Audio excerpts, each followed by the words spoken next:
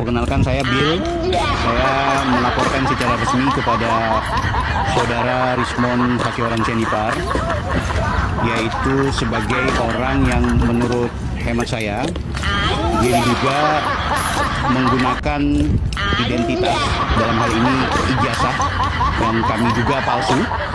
Dan ini berangkat dari analisa penelusuran saya secara pribadi dan juga beberapa kawan yang menilai bahwa Saudara RHS ini sudah menggunakan sertifikat atau ijazah yang kami duga sekali lagi itu palsu. Dan saya memang sudah memantau sejak tahun lalu, namun baru saat ini bisa kita laporkan, mengingat yang dilakukan oleh terlapor sudah begitu masif ketika kemudian tampil di ruang publik.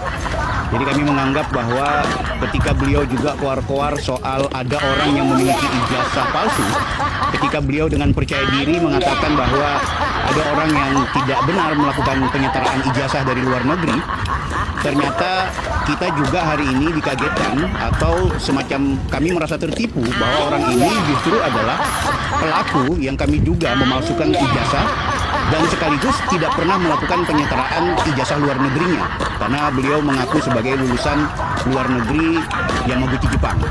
Sekali lagi teman-teman, tentunya Bapak Ibu sudah tahu bahwa yang bersangkutan sudah cukup lama kami mempertanyakan dan kami menganalisa, bahkan mengumumkan ke ruang publik bahwa yang bersangkutan diduga memiliki ijazah palsu, yang ijazah ini digunakan untuk membuat pembenaran-pembenaran tidak hanya di ruang publik, tapi pembenaran di meja hijau, pembenaran di persidangan yang notabene-nya harus clear dan bersih dari yang namanya sumpah atau keterangan bohong atau palsu. Apalagi orang yang mengatasnamakan sebagai ahli atau pakar, tapi ternyata identitas akademiknya bermasalah. Ini pesan kami adalah pesan moral sebenarnya, dan setidaknya saya secara pribadi sudah menunaikan tugas sebagai bagian dari keluarga besar YouTuber terhadap teman-teman subscriber yang selama ini mempertanyakan kenapa kok nggak dilaporin orang ini gitu. Akhirnya kita sudah berada di satu puncak klimaks.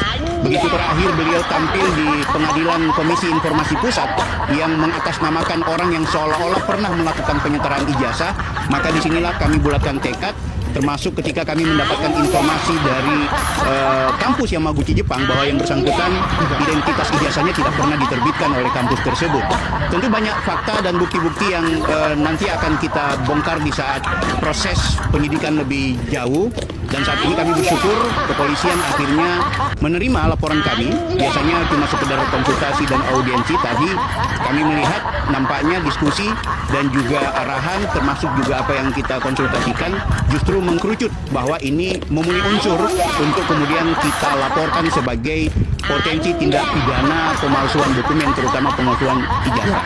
Soal pasal-pasal dan aspek hukum, instrumen hukum, tentu saya di sini bersama teman-teman dari Pradi Bersatu. Dalam hal ini juga ada Bapak Lecumanan, dan saya berterima kasih kepada teman-teman relawan Pak Jokowi Prabowo Gibran, termasuk teman-teman YouTuber Nusantara. Saya didampingi langsung oleh Ketua Umum serta kawan-kawan yang sudah memberikan support, dan tentunya ini untuk anak bangsa kita agar kemudian